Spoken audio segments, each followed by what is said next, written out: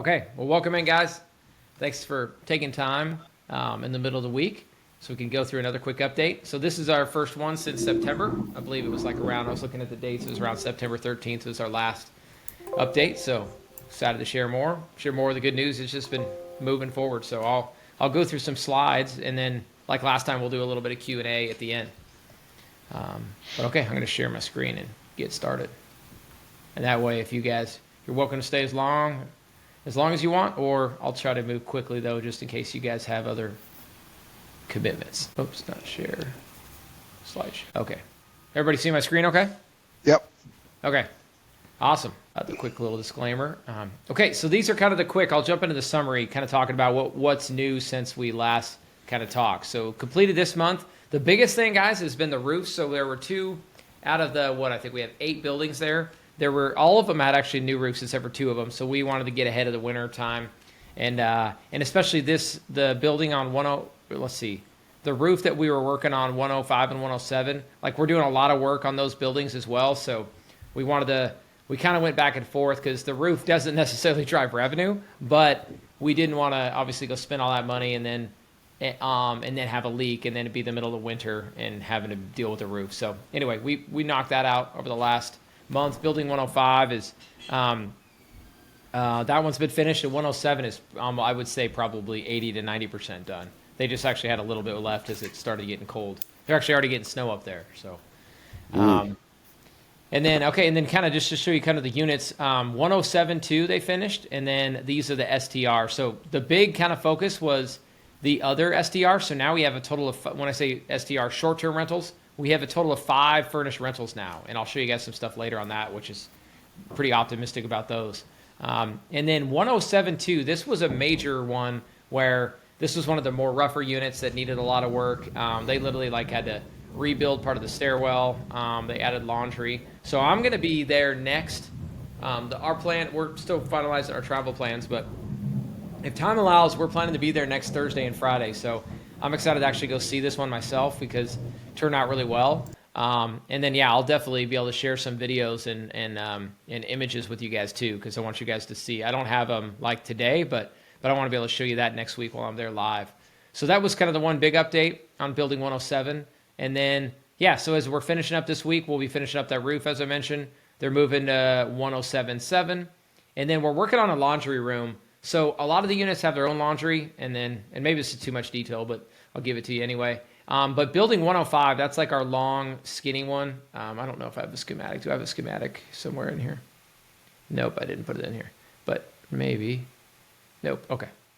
Anyway, 105 is the long building that has 10 different units. So we are putting a laundry common because those units won't have laundry, and there's just an extra little space on the end. So we're working on that kind of laundry common room this month. And then we started a couple more units. So in Building 105, we started these. So Building 105 is like 2-bedroom, 1 bath. They're a little smaller. So anyway, so that's kind of the quick comprehensive update of what we've done since then. Let me show you guys. The other thing I wanted to show you was this STRs.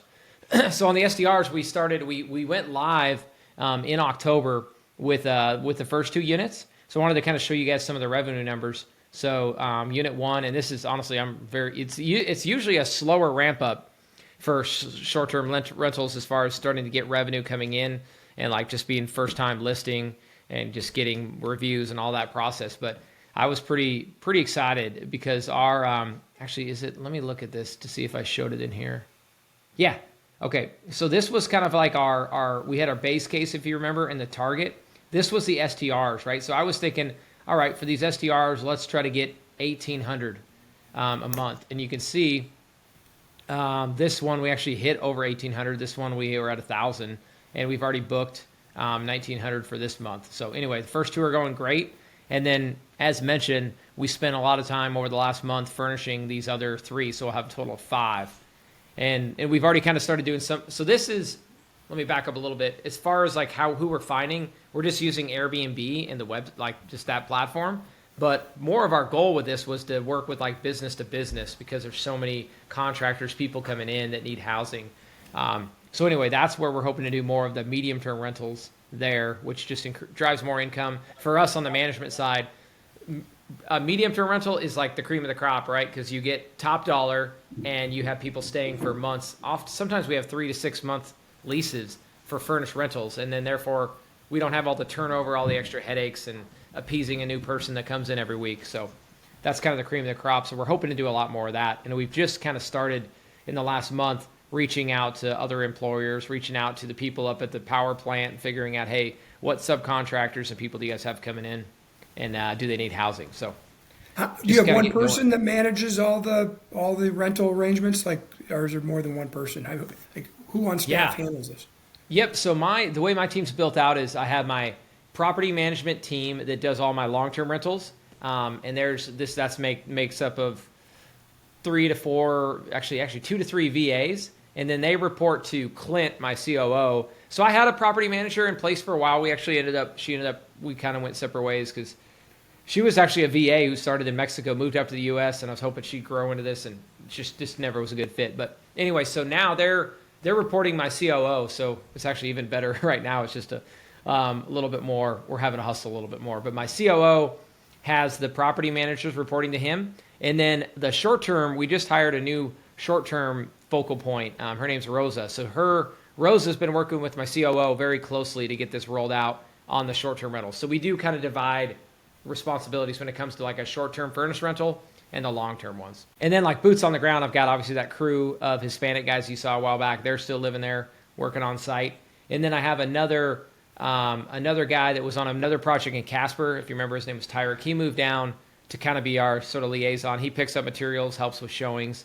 But he's probably not going to be permanent. So one of our goals over the next, I'd say 3 to 6 months, will be to find ideally somebody who wants to live there, and because once the contractors go, there won't be a full-time guy that they can just go over and call the crew to fix. So I'm hoping I get a handyman kind of hybrid guy who could manage showings and also can manage maintenance. And then he'll stay there long-term with the property. Good questions. Yep. So again, I think these are some of the pictures, if you guys haven't seen, of how some of the short-term rentals turned out. Yeah, they're doing really well. This was actually the photos from last time. So we got those, and then, okay. And then the last update I was going to do, and we'll open it up for questions, is as you guys know, we're doing investor payments each month on the 21st and just doing it monthly. So, or typically sometimes they'll hit maybe a couple days before that. But I want to also share this kind of exciting update is we've only got about 100, and as you guys know from the start, I wanted to initially raised just enough to close it. Then I kind of raised like it was enough to close and do our first draw. And then I kind of did like a second draw kind of in the middle. And this is going to be the third one. And I'm just kind of finishing up the fourth one. Because as you know, I'm paying 15% I'm accruing it as soon as your guys' capital comes in. So intentionally been staggering it. But yeah, we had several more people come in the last month. So we only have, we have a couple soft commitments that we're just waiting on. But we only have about 50 to 150,000 left to raise. So going really well. And I'm thankful for you guys, because all these new people that come in, it's like, they get to see the proof, right? I got to show them this slide point or this PowerPoint. I got to show them photos. I got to show them like what things are rented for. So it's obviously been way easier to raise on the back end, and a lot of that's because of you guys. How are you doing, big picture, with the overall budget and timeline? I mean, how would you say you're doing with what you thought you'd spend, and how quickly you'd start? Yeah, I would say timeline. I think we're in general ahead, because I was looking at, my goal has always been by next summer to be kind of completely renovated, and that way I'd have for sure through the summer, because my goal is to be 100% occupancy or 95% give or take by like mid next summer. And then we could be at that point, we could be starting to go, because they, like most banks I've talked to, and who knows, it could be different based on bank to bank, but a lot of them say 90% occupied for 90 days. That's when I can get my refi.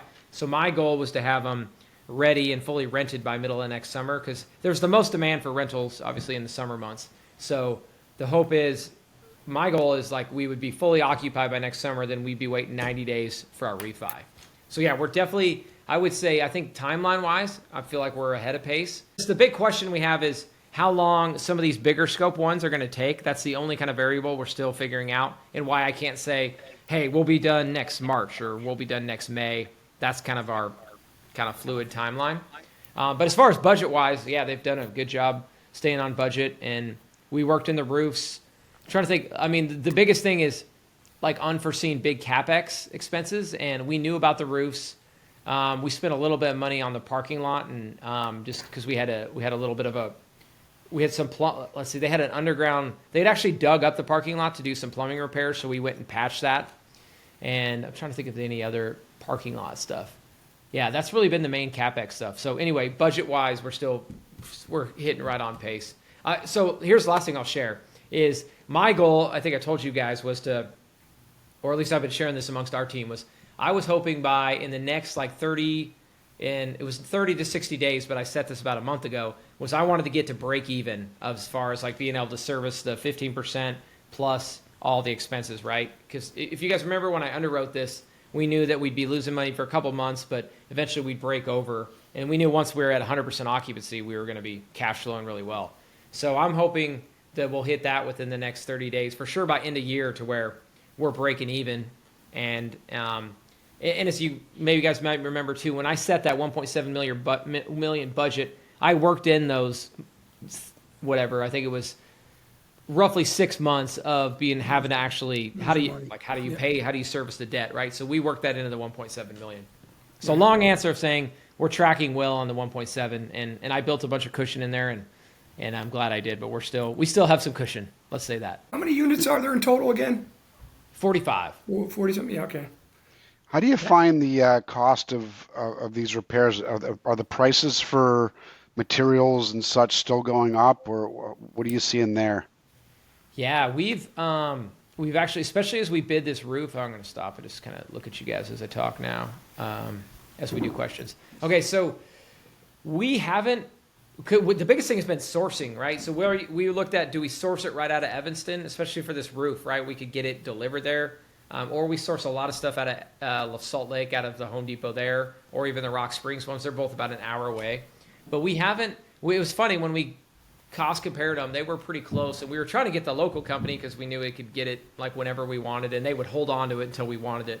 So anyway, but price-wise, we haven't seen any like, yeah, I mean, I saw that when COVID first hit, right?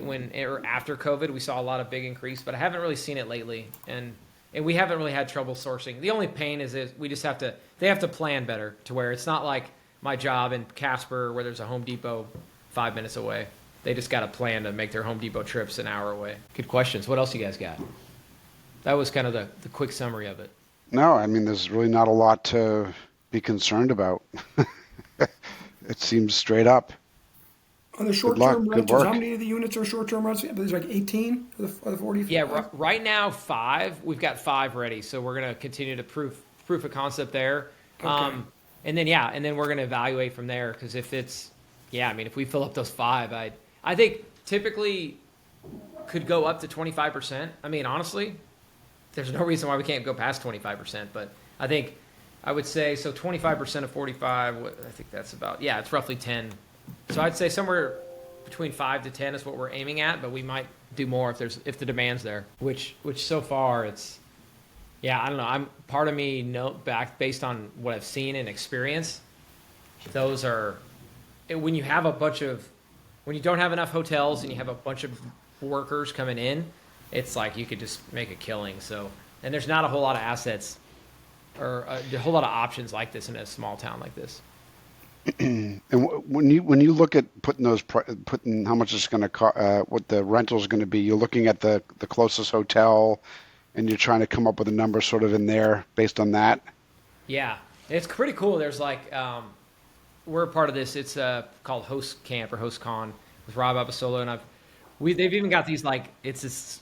And you know what? Was probably a cheaper AI one to do it now, but there's some softwares where they'll even look at Airbnb and look at all the competitors. And granted, there's not a ton in this radius, but they'll look at even around, like we might have to have a bigger radius, but it'll look at what other short-term rentals are charging, and we can kind of get a nightly rate. And the other cool thing is we're working on adding, it's got like dynamic pricing. So if we're sitting vacant, it will drop the price and it'll adjust. Or if it knows it's going to be a peak time, it'll raise it up. And that way you don't have to manually do it. It's freaking crazy, right? It's Yeah. awesome. It's awesome. Cool. Good for you. Thank you. Excellent. Yeah, that's one. I mean, I just wish, like, because we're seeing other parts of the state where it's not quite as much demand in rentals, and it's a little bit of a slowdown. But I don't know. I just had another call today with an agent who's helping make us some relationships with these refineries and power plants, and he's just telling me about all these other jobs coming to Evanston. And anyway, he's going to mention this development deal, which to me as well. So we're going to look at that next week. But it's just like they can't keep up with the housing there, and I don't see it solving for a while. And it's not like I don't see it turning into, well, it's not going to turn into like Austin, Texas is the other end of the spectrum where they just completely overbuilt, or not they didn't overbuild, but they spent so much money, and then they had a correction, and the people are hurting there. I just don't see it. I don't see it catching up for a while. And then also there's just not, that's the beauty of Wyoming, right? There's not a whole lot of people that are like, all right, let's all go bring a bunch of institutional capital into Wyoming and overbuild this and drive it down. Sure.